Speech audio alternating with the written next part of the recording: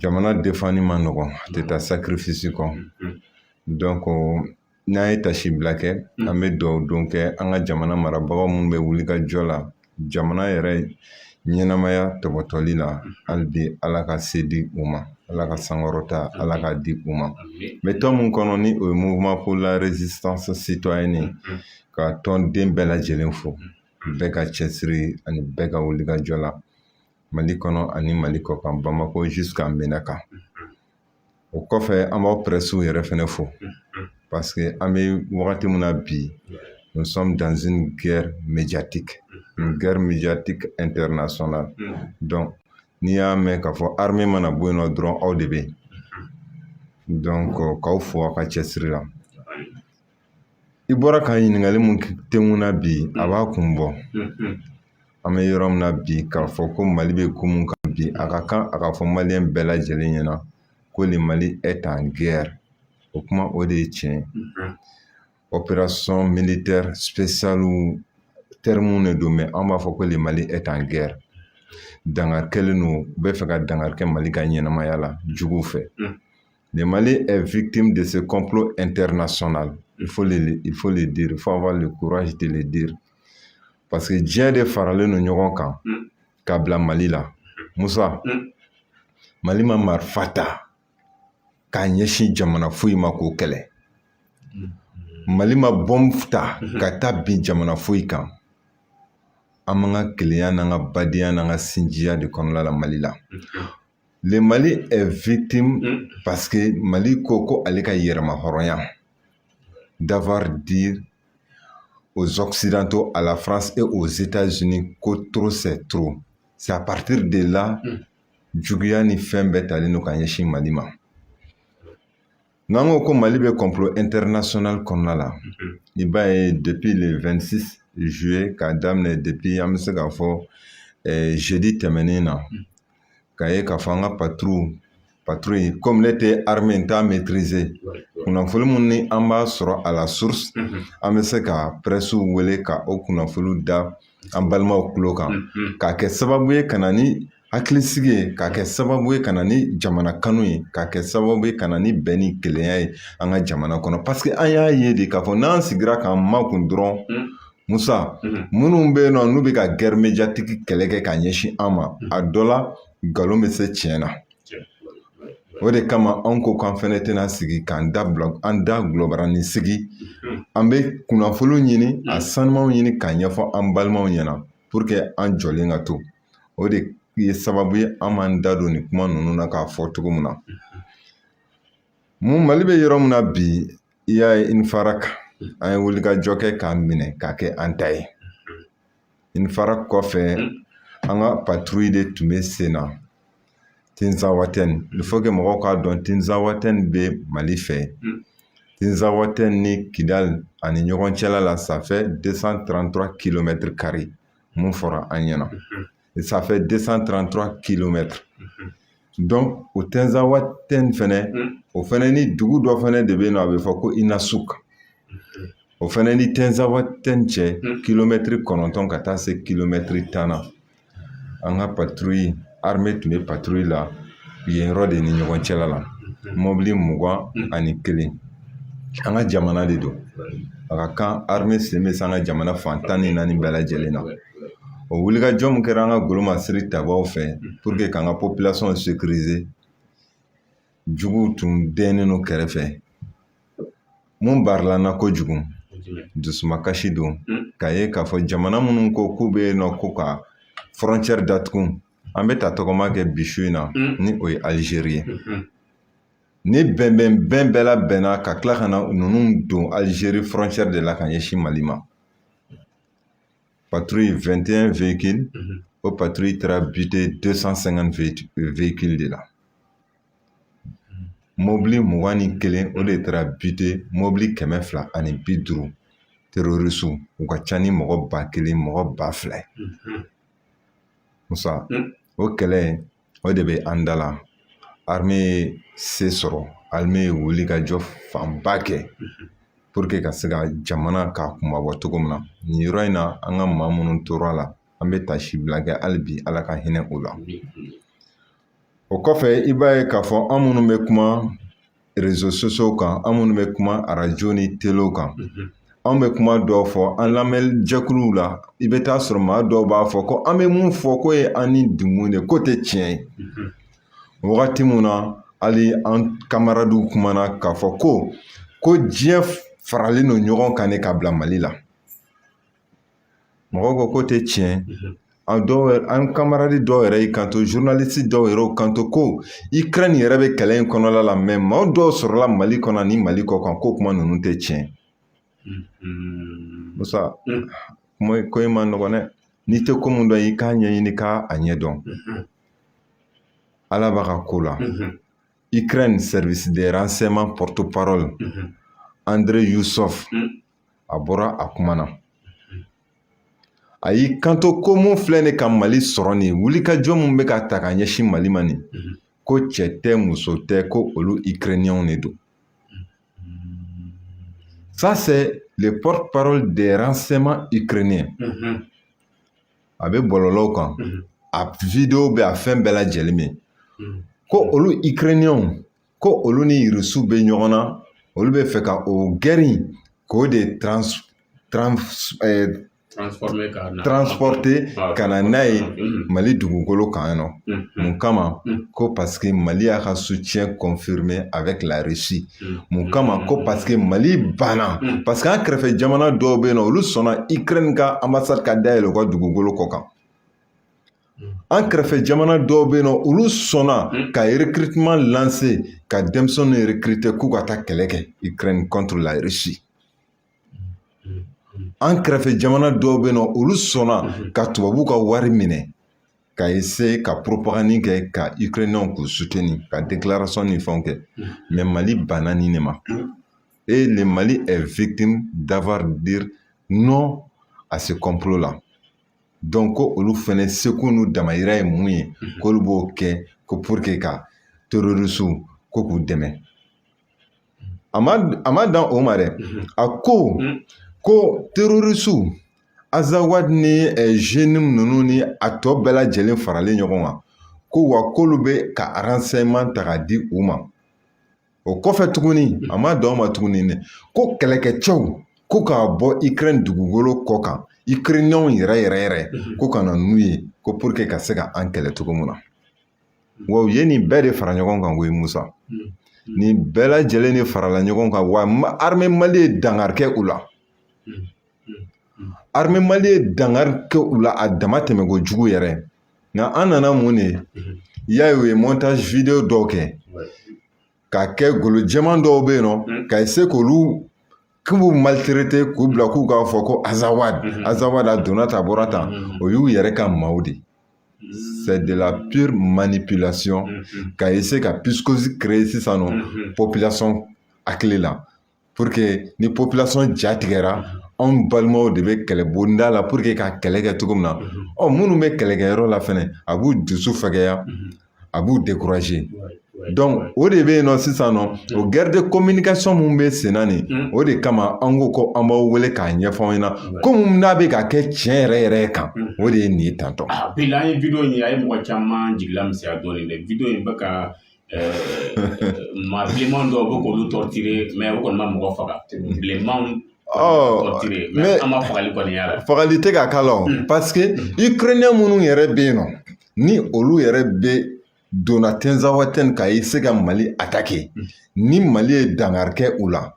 olu yɛrɛ de don montage de don sisan nɔ k'a bila bɔlɔlɔ fɛ sisan nɔ parce que u ka mɔgɔw bɛ yen nɔ u b'a bila bɔlɔlɔ fɛ k'a kɛ i b'a fɔ comme i b'a fɔ an ka partenaire russe minnu bɛ yen nɔ olu de don a n'a ɲɔgɔnna caman ni ye video in ta ka jateminɛ o bɛ video in bɔ mais i b'a ye u kɛrɛfɛla fɛn fɛn bɛ yen nɔ u tɛ su a yɔrɔ la ni m'a dɔn n'i ye video in jateminɛ su tɛ bɔ a yɔrɔ la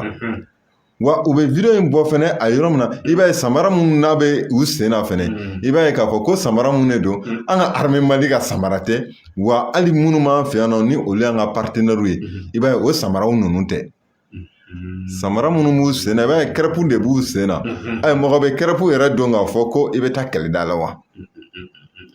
donc c'est pour dire que k'a fɔ manipulation fanba de bɛ camanba de bɛ nin ko in kɔnɔla la pour que ka se ka an ka jamana kɔnɔdenw salaya cogo min na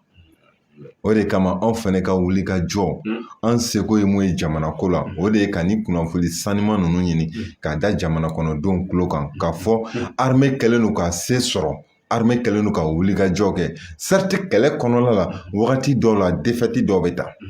o ye tiɲɛ hali Russie ni Ukraine bɛ kɛlɛ mun na nin a ye moment donné i bɛ taa sɔrɔ hali Russie u bɛ défaite ta yɔrɔ dɔw la mais ce qui est compté dans tout ça là ça c'est la finalité o de ye victoire yɛrɛ yɛrɛ a dun n'o y'a sɔrɔ la ko an ka armée tun kɛlen don ka recul kɛ o tun bɛ fɔ o mais an ka armée a bɛ ka progression de kɛ wa an ka armée a jɔlen don an bɛ yɔrɔ min na bi avec Tinzawatène algérien nin ye kunnafoni ye an ye kunnafoni mun sɔrɔ à la source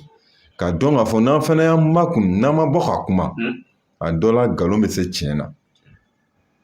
donc c'est pour vous dire que le Mali est en guerre contre qui? Le Mali est en guerre contre l'Ukraine. Le Mali est en guerre contre qui? Le Mali est en guerre contre l'OTAN, Organisation des traités de l'Atlantique Nord.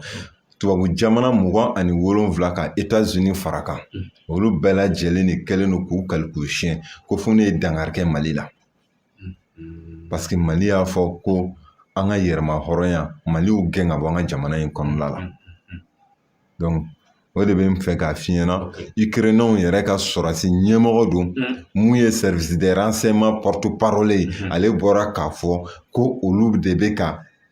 terroristes dɛmɛ Mali contre la a kuma jɛlen don nɔgɔ foyi t'a la.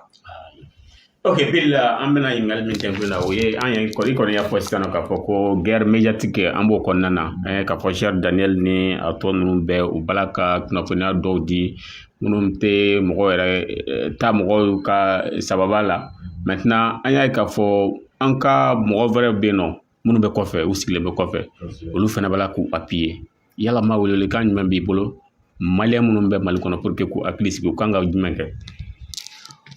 D'abord an kan ka mun fɔlɔ kɛ o de ye k'a dɔn k'a fɔ an ka jamana kunnafoniso kɛlɛbonda kan ni an b'o wele ko DIRPA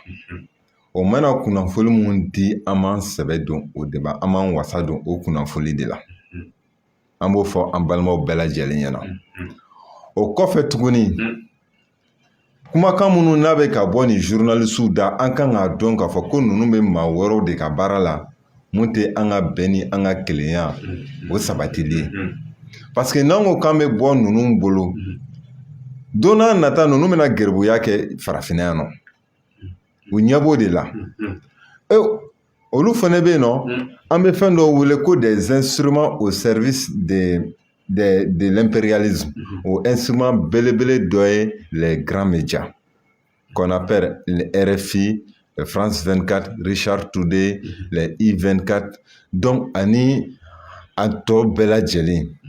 donc olu ye les grands médias minnu bɛ Nations Unies ka bila la kuma bɛɛ ka kunnafoni kolon k'o don hadamadenw tulo la. Il y a ce qu'on appelle aussi les instruments de déstabilisation au service des Nations Unies qu'on appelle les ONG, les organisations non gouvernementales. Olu fana y'u ka instrument dɔw ye. O instrument ninnu fana bɛ baara de kɛ pour que ka essayer ka kunnafoni kolon ta ka yɛrɛkɛ an ka dugu an ka togoda ninnu n'an ka yɔrɔ caman fana la ka renseignement fana ɲini yen nɔ k'a di grand médias ninnu ma. Il y a les médias comme les réseaux sociaux, les WhatsApp et autres là, o b'olu fana de utiliser. O y'olu ka instrument ye u bɛ baara kɛ minnu na mais ils ont des partenaires parce que tubabu tɛna anw yɛrɛ fɛ yan nɔ k'a fɔ k'u bɛ kɛlɛ kɛ mais il faut que u ka passer n'an ka golo finman dɔw ye pour que ka se ka message kuntanw passer cogo min na ka hakili wasi don an ka jamana kɔnɔdenw na cogo min na u ne ninnu bɛɛ lajɛlen u bɛɛ bɛ fa la u bɛɛ bɛ ba la laɲini ye kelen pe dɔrɔn de olu bɛ se k'u ka laɲini sɔrɔ Mali kan cogo min na olu ka laɲini dun bɛ sɔrɔ Mali kan ni Mali ka ɲɛkumu de wa olu tɛ farafin fɛ olu tɛ an ka ɲɛnamaya fɛ donc c'est pour vous dire que an bɛ wulikajɔ mun na nin ye o wulikajɔ kelen dɔrɔn de bɛ se ka kɛ sababu ye quand le peuple est décidé déterminé résolu à défendre sa patrie aucun impérialisme aucune Aucun complot impérialiste ne peut déstabiliser ces pays-là. Tant que le peuple reste debout, en mot de foi, restons debout, déterminés, résolus à défendre la patrie. Au kelen ne bɛ se ka kɛ sababu ye ninnu bɛ discours fɛn fɛn na nin u ka discours u b'a kunu u b'a ye k'a fɔ ko tɛmɛ sira t'a la. Voilà. Ok. Ayiwa Bill an bɛ taa ɲɛfɛ n t'a dɔn ni ɲininkali bɛ Zo bolo. Ok an bɛ bɔ o kɔnɔ an bɛna politiki ko bundakun kan an ye k'a fɔ nin wagati la Musa Mara k'ale bɔra ka sɛbɛnni dɔ kɛ ka jira k'a fɔ ko u ka mɔgɔ minnu minɛnen don n'o ye 31 mars o signataires ye ko fɔ k'olu bila ko sinon ko date don élection ko kuma na yalama k'an to nin condition na est-ce que élection yɛrɛ mɔgɔ kan k'i da yɛrɛ don élection na i bɛ se ka jumɛn fɔ Musa Mara ale ka nin lasi la. D'accord n terikɛ hali bi Musa Mara parce que aw yɛrɛ presse b'a fɔ ko n'a kuma na ko ne bɛ bɔ ko n b'a jaabi an ka hakilinaw tɛ tali kɛ ka caya nin ko ninnu de la ne bolo hadamaden jumɛn bɛ yen nɔ k'i kunkolo b'i kan da la an bɛ yɔrɔ min na bi bi in na maliyɛn jumɛn bɛ yen nɔ bi bi in na k'i ka kɛnɛ i hakili la ko mun kun dalen filɛ Mali kan ni bi bi in na k'i bɛ se k'a bɔ ko ka presse wele k'i tɛ maloya k'i ɲɛ jɔ maliyɛnw ɲɛ la ko k'a fɔ ko élection ko kuma nin bɛ ne dabali ban dɛ nin y'an ka se Musa Mara ma ne ye politiki mɔgɔ dɔw ye Amion Guindo a y'a kuma kɛ yanni Amion Guindo cɛ n ye politiki mɔgɔ caman ye bon u b'a fɔ k'an kana fɛn fɔ politiki mɔgɔw ma hali anw yɛrɛ bɛ baara mun na nin ye politiki baara de o mais anw bolo an bɛ ka mun kɛ nin ye jamana jɔ baara ye parce que an y'a ye politiki ye sira mun fɛ an y'a ye il faut être un homme d'État il ne faut pas être un simple politicien i ka vie jamana la dɔrɔn quoi mais il faut être un homme d'État i k'a lajɛ k'a fɔ jamana kumabɔli baara marifa tɛ anw bolo muru tɛ anw bolo mais kumakan minnu bɛ anw bolo ani cɛsiri min bɛ anw bolo ka laseliw kɛ ka maaw fara ɲɔgɔn kan anw bolo o fana dɔ ye jamana jɔ ye Musa Mara ko mun ye kalata ko ye kɛrɛnkɛrɛnnenya la ko élection présidentielle ko ni an ka jamana marabagaw ko k'u bɛ élection présidentielle kɛ nin wagati la k'u k'a dɔn k'a fɔ k'u bɛ ka crise wɛrɛ de labɛn ko hali ni président sigira mun bɛ kɛ sababu ye jamana bɛna bin crise wɛrɛ kɔnɔ cogo min na n ka bon ne hakili ma dɛ a ko u ka bila u kunna a sɛbɛnnen tun bɛ n bolo yan nɔ Musa Mara ye mun fɔ crise ko kan ko mouvement mun bɛ yen nɔ ni o ye mouvement démocratique ye ko mouvement démocratique ko mɔgɔw tigɛlen n'u la ko nka ko fanga belebele de bɛ olu la ko les grandes organisations des partis politiques ko ni an ka jamana marabagaw ko k'u bɛ kalata kɛ k'a sɔrɔ ko olu tɛ kalata kɔnɔla la k'u kan k'a dɔn k'u b'u yɛrɛ ye dɔ fana y'i kanto Amion Guindo y'i kanto ko ni kalata kɛra ko kalata mana kɛ diɲɛ don o don ko politiki mɔgɔw de bɛna garijɛgɛ jamana présidentiya la ko wa jamana kɔnɔdenw bɛ wuli ka jɔ mun na jamana kunmabɔli la wa autorité de transition ye baara fɛn fɛn kɛ nin k'an k'a bila an kunna ko ni politiki mɔgɔw nana fanga sɔrɔ k'a bɛ se ka kɛ k'olu b'o bɛɛ jɔsi ka bɔ yen. Amion Guindo y'a fɔ a video bɛ yen ko baara fɛn fɛn kɛra ko mun b'a yira an na ko ni politiki mɔgɔ dɔ nana fanga la k'u to baara in k'u t'a jɔsi ka bɔ yen. O ye kuma fɔ mɔgɔ wɛrɛ fana ye kuma caman fɔ mais c'est pour te dire que Mali bɛ complot mun kɔnɔna la n b'a fɔ ko complot international de don complot multidimensionnel de don et multidimensionnel international c'est-à-dire a bɛ n'a fɔ k'an ka politiki mɔgɔw dɔw de bɛ yen nɔ olu ni ennemis de bɛ baara la ɲɔgɔn fɛ quoi u ni jugu de bɛ baara la ɲɔgɔn fɛ quoi n'o tɛ jɔn bɛ se k'i kanto bi Mali ka ɲɛnamaya menaceli bi ka kɛɲɛ ka se fo nin hakɛ la k'i bɛ se ka nin discours fasugu ninnu fɔ nous qui appartenons à des mouvements, à des associations de la société civile, entre parenthèses, les mouvements politiques. N'an ye nin fasugu ye, an fana bɛ bɔ an b'a fɔ ko nin tɛ jamana jɔ kuma ye. ni anw b'a bila minɛn mun kɔnɔ anw ka hakilina la jamana janfali kuma de ye nin jugu minnu bɛ kɔfɛ n'olu bɛ fɛ ka dankari kɛ jamana la discours dɔw bɛ yen nɔ n'o olu bɛ ta jamana kɔnɔla la a discours tɛ maa si arranger ni kɔkanmɔgɔw tɛ a tɛ maa si arranger minnu bɛ wuli ka jɔ la ni ka mali ni ka gɛlɛya ta ka ɲɛsin mali ma ni ka mali dafiri a bɛ olu de arranger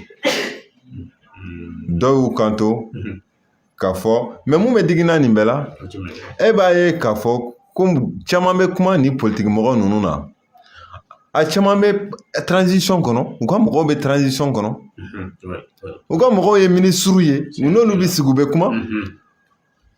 olu bɛ sigi k'o kuma mun kɛ ne bolo k'a fɔ aw ka wulikajɔ kan ka kɛ ka transition a ma fɔ k'a bɛɛ ka ɲi mɛ majɛngɛ bɛ yɔrɔ min na o kuma bɛ fɔ ka ɲɛ mɛ wagati min na jamana talen don a gɔnɔ ma aw ka wulikajɔ kan ka kɛ ka jamana défendre an balimaw ka hakɛ to an balimaw de bɛ bankas an balimaw de bɛ koro an balimaw de bɛ mɔpti mara ni fɛn caman na o kɔnɔla la sɔrɔsiw de bɛ k'a sɔn ka t'u nin di pour que ka bankas k'o don mali sagoya la ka bankas population sauver ka mɔpti population sauver ka Sévaré population sauver jusqu'aux régions nord k'olu population sauver ka jamana kɛ jamana kɔnɔdenw sago ye cogo min na sɔrɔsiw de bɛ ka wuli ka nin baara kɛ o insécurité kɛlɛ kɔnɔla la ni aw y'aw kanto ko sɔrɔsiw de bɛ yen nɔ ka jamana kumabɔli baara kɛ ko nka ko o ni autorité de transition ko kelenw tɛ o bɛ ka essayer ka confusion de don jamana kɔnɔdenw hakili la sisan nɔ ko kalata y'a dama wɛrɛ fɛn wɛrɛ ko nka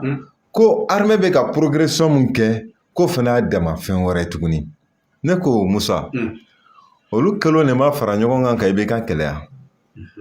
olu kɛlen de ma fara ɲɔgɔn kan ko faso jama ka bɔ ko IBK dɛsɛlen don ko parce que insécurité ko kanw bɛ ka ci duguw bɛ ka ci muso kɔnɔmaw bɛ ka da k'u kantigɛ an balimaw ka hakɛ to dugutigiw bɛ ka faga sous-préfet dara k'u kantigɛ an balimaw ka hakɛ to ko mali territoire 100 ko 80 ou bien 80 n'a kunkanfɛn ko minɛra mali la ko kama ko IBK de dɛsɛra k'IBK ka fanga bila o politiki mɔgɔw de tun bɛ yen nɔ hali M5 kɔnɔna la ka IBK kɛlɛ IBK tun ye jɔn ye jamana ɲɛmɔgɔ tɛ mɛ bi n'i ye Asimi ko kuma fɔ n'i ye autorité de transition fɔ ko k'u tɛ kelen dɛ ko armée bɛ yen ko nka ko Asimi autorité de transition ko fana bɛ yen k'olu tɛ kelen i ye nin miirina su ye u b'a essayer ka n'i don mɔgɔw kunna o de kama anw fana ko wagati o wagati n'u nana fɔ k'u bɛ miirina su don faso jama kunna anw fana bɛ bɔ an b'a f'u ɲɛna k'a fɔ k'a ye nin kuma mun fɔ nin kuma jɛngɛlen don an b'a fɔ an balimaw ɲɛna a y'aw kɔlɔsi parce que jugu ye fila ye jugu dɔw bɛ yen nɔ olu bɛ politiki birifini don nka o tɛ baara foyi kɛ jamana janfali kɔ jugu dɔw fana bɛ yen olu bɛ religion u b'a birifini don nka olu ka taabolo tɛ foyi ye jamana janfali kɔ wa jugu dɔw fana bɛ yen nɔ olu bɛ panafricanisme golo ta u bɛ kuma ni panafricanisme ye an bɛ fɛ afirika kelenya an bɛ fɛ afirika fara ɲɔgɔn kan mɛ i bɛ taa sɔrɔ u bɛ baara o baara kɛ o ye ka afiriki yɛrɛ minɛ k'a di tubabuw ma diɲɛ kɔnɔ u tɛ sɔn ka tubabuw ka intérêt u tɛ sɔn ka attaquer donc nin kuma in an bɛ bɔ réseau kan ka kuma minnu fɔ nin c'est pour que wagati o wagati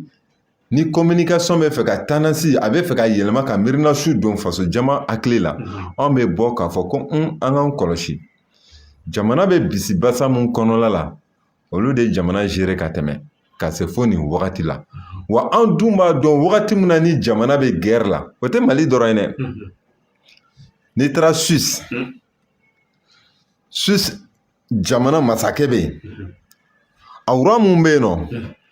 i b'a dɔn wagati min na a b'u ka constitution kɔnɔna la wagati min na ni Suisse binna kɛlɛ kɔnɔna la jamana bɛna kalifa armée de la Faransi kelen constitution kɔnɔna la ni Faransi wagati min na ni Faransi nana bin guerre kɔnɔna la u ka état major de bɛ na relais ta jamana kun bilenna o de b'o décider États-Unis la même chose wagati min na ni États-Unis donna guerre kɔnɔna la Pentagon de bɛ na u ka armée de bɛ na au premier plan pour que ka se ka jamana équilibre maintenir cogo min na ka kɛlɛ kɛ ka basigi nati ka sɔrɔ ka jamana di politique mɔgɔw ma nka o t'anw ta ye dɛ wagati min na an bɛ bisibasa de kɔnɔna la k'an ka élection kɛ ko ka jamana ta ko k'a di politique mɔgɔw ma dun bɛ taa sɔrɔ politique mɔgɔ caman fɛnɛ bɛ yen o ni kɔkan mɔgɔw de kɛlen don ka bolo di ɲɔgɔn ma kɛ diɲɛ jamana foyi tɛ Mali kɔnɔ diɲɛ kɔnɔ disons k'a fɔ k'a binna k'a ma wuli ni sɔrɔsi dɔ ye o misali ne yɛ to misali la diɲɛ kɔnɔ k'a fɔ k'a jamana binna ko armée de mana ko sɔrɔsi dɔ de mana k'a kɛ sababu ye ka jamana lawuli mais n'a ko k'a bɛ kɛ anw fɛ yen olu b'a dɔn k'a fɔ nafa min b'a la juguw tɛ sɔn ka kɛ u b'a fɔ ko ka toujours ko ka pouvoir ta ko k'a di civil ma n'o tɛ Mali bɛ go min kan bi jɔn bɛ se k'i to i yɛrɛ ma k'a fɔ ne e tɛ mɔgɔ dɔ ka baara la k'a fɔ ko ka jamana ta ko k'a di civil dɔ ma anw bɛ yen nɔ an b'an ka tile kɛ anw bɛ taa o mais an denw bɛ na an dɔgɔninw bɛ na an denw bɛ na mais n'an ye mun kɛ an kɔ an bɛ traiter par rapport à ça donc discours fɛn fɛn bɛ senna bi an kan k'a faamu o de kama e m'a jateminɛ politique mɔgɔ jɔn ye communiqué kɛ ne m'a ye dɛ ne yɛrɛ tun y'a ɲininkali k'o la n'i ye jɔn ka communiqué armée ka progression na ani attaque mun kɛra ne m'a ye ne ma politique mɔgɔ parti 290 ni kɔ ou bien parti dakuru ɲɛ kelen na parti 300 Mali kɔnɔla la ne ɲɛ t'a parti kelen na i m'a faamuya n'u b'a fɔ minnu ma k'a fɔ ko les grandes formations politiques fɔnba ninnu bɛ yen nɔ quoi dɔw y'a kɛ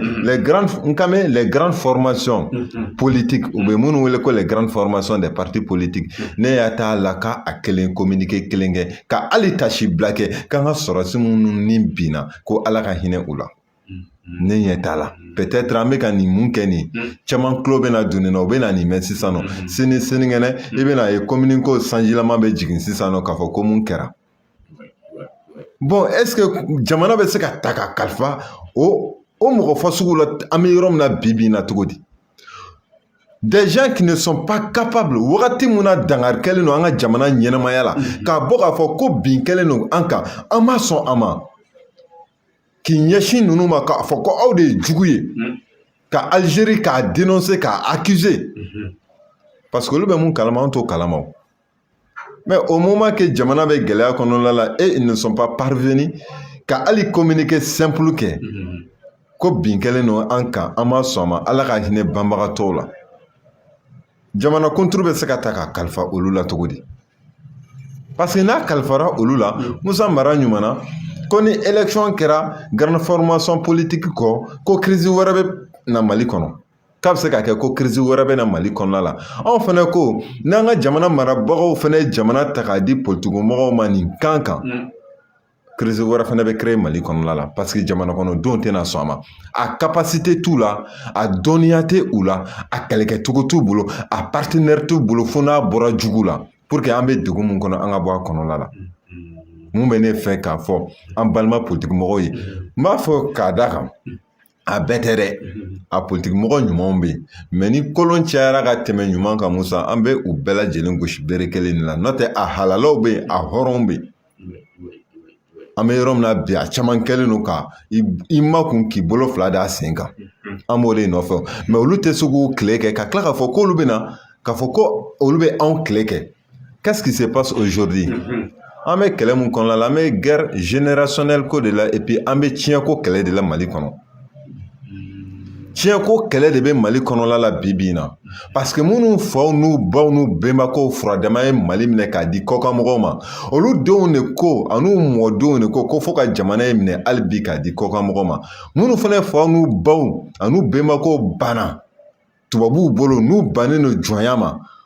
anw ni olu de bɛ kɛlɛ la c'est-à-dire n kan tɛ tɔ ninnu ma dɛ ne bɛ n yɛrɛ ye anw bɛnbakɛw parce que hali ni mɔgɔ ye deuxième guerre mondiale kɛ olu de taara ka taa Faransi libérer anw de ko k'an bannen don jɔnya ma wa an k'an cɛsiri dɛ minnu faw n'u bɛnbakɛw n'u ye jamana minɛ k'a furadama di tubabu ma an n'olu de bɛ ɲɔgɔn na bi in na an bɛ mun sɔrɔ k'a fɔ jamana kɔnɔdenw ɲɛna foyi tɛ Mali la baasi foyi tɛ Mali la Mali ka kɛnɛ o ye kɛnɛya dan ye et surtout an bɛ mun fɔ bin de nana kɛ an kan an bɛ ka essayer ka bingani bɔ an kan a banna okay. Voilà. So An b'an filɛbagaw bɛɛ lajɛlen fo Mali kɔnɔ Mali kɔ kan. Maa o maa bɛ yen n'i sɔgɔlen don an na nin waati in na an ka foli belebeleba bɛ s'i ma k'a ɲini i fɛ i ka jɛmukan i ka partager kosɛbɛ. An ni mɔgɔ min bɛ ɲɔgɔn fɛ bi mɔgɔ dogolen tɛ toujours Mohamed Bill Tarawele an n'ale de bɛ ɲɔgɔn fɛ. Bill an ye kibaruya dɔ mɛn k'a fɔ an dɛmɛbagaw n'o ye an ka partenaire stratégiques ye n'o ye Russie ye u ye message dɔ passer waati in na u ka ambassadeur ka page kan. U tilala ka message in supprimer ni o de ye k'a fɔ ko u ka mɔgɔ minnu bɛ yan u k'u yɛrɛ minɛ taama-taamaw ni fɛnw na u kana se ka na mais an y'a ye message in tilala ka supprimer e bɛ se ka mun fɔ olu ye an dun jigilamɔgɔ de ye olu ye bi ni o ye Russie n'olu tilala ka nin communiqué in bila ka tila ka a supprimer an ɲɛ bɛ mɔgɔ dɔw la u bɛ ka kumakan in ta k'a yɛlɛma cogoya wɛrɛ la i bɛ se ka mun fɔ. hali bi Ala k'an bɛn sababa ma i ye mun fɔ n bɛ taa ni o contexte dans un premier temps. On est reçu partenaire Sahara limité Sahel limité Mali drona. Il m'a fait le Sahel là ne se limite pas seulement au seul pays malien. Le Sahel ne se limite pas seulement aux 3 pays de l'AES. Nous avons reçu ka bolodi ɲɔgɔnma ko janfa b'a kɔnɔla la sauf ça sɔrɔ o dɔnna domun tɛ bi ye.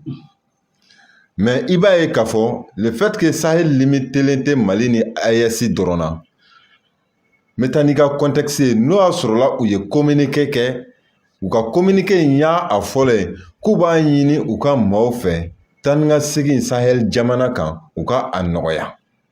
Mais ma faut comme Mali ou ko Sahel de. C'est un aspect très très important. Il m'a fait le Sahel fait à peu près 5 millions et quelques kilomètres carrés. Sinon, c'est plus que ça, si ma mémoire est très très bonne. Mais au Sahel, là, côté ASIA, Mali, Burkina, Niger. Non, au Sahel, Mauritanie, mais Sahel fait. Algérie, Sahel fait. Il y a une ligne là, Kosovo. Ali Soudan, mais Sahel fait. Tchad, mais Sahel fait. Jamana joli de be non nolu be tchétchénga fuka kan ni basiki balia nyo yele no olu jamana kan kasro Mali te kasro Burkina te kasro Niger te o ka chawo. Donc ni o est la silikera kayo koloshi ou quand Mali mao. Il m'a fait mais il faut toujours savoir que kafo manipulation fene chamambe ni konla la ni désinformation chamambe abse ka ke ka blara aklara ka effacer amo ke mune parce que c'est peut que mamuya bla anana interpréter autrement kafo ko akame Mali dema peut-être à supprimera. Il m'a fait donc on va bla au minane kon la ka ka fo partenaire muni obi ani irusu ni ɲɔgɔn cɛla la a partenaire a ka bon ka tɛmɛ nin bɛɛ lajɛlen kan mais mun fɛnɛ la a supprimera mɔgɔw fɛnɛ kan ka ɲininkali fɛnɛ kɛ contre les autorités de la transition pour que ka segin ni Bandaw ni Muktar Wani o ma dogo mɔgɔ la o jɔn ka droit de veto y'a bloqué o ye irusu ni chinois de ka droit de veto yo jɔn de bɛ yen nɔ n'olu bɛ ka kɛlɛkɛminɛn di an ma bi na k'a sɔrɔ hali m'u réfléchi o ye Russie yo Turkiw b'a la Iraniens b'a la hali Chinois b'a la c'est des partenaires sérieux mais en quelque sorte manipulation b'a kɔnɔna la pour que ka population yɛrɛ bila miirina dɔ la k'a fɔ ko est-ce que an ni Russie bɛ bolodi ɲɔgɔnma mun na nin ye est-ce que bolodi ɲɔgɔnma a ɲuman don wa k'a sɔrɔ nkalon de don c'est fou an n'u ka bolodi ɲɔgɔnma tellement que a jɛlen don kojugu pasi nɔgɔ t'a la. Ngo u ka instituteur be Mali kɔnɔ yan nɔ o ɲɛna hali bi an ka to wuli ka jɔ ye AES ko kuma mun bɛ sen na caman ye ɲininkali kɛ ko pour que AES tɛna fara ɲɔgɔn kan janfa mun talen don ka ɲɛsin Mali ma nin a ka kɛ AES armée yɛrɛ dɔrɔn an b'a bisiki don n'a nata olu ko ninnu bɛna waleya hali n'a sɔrɔ Mali ma dɛsɛ ka se fo o niveau ma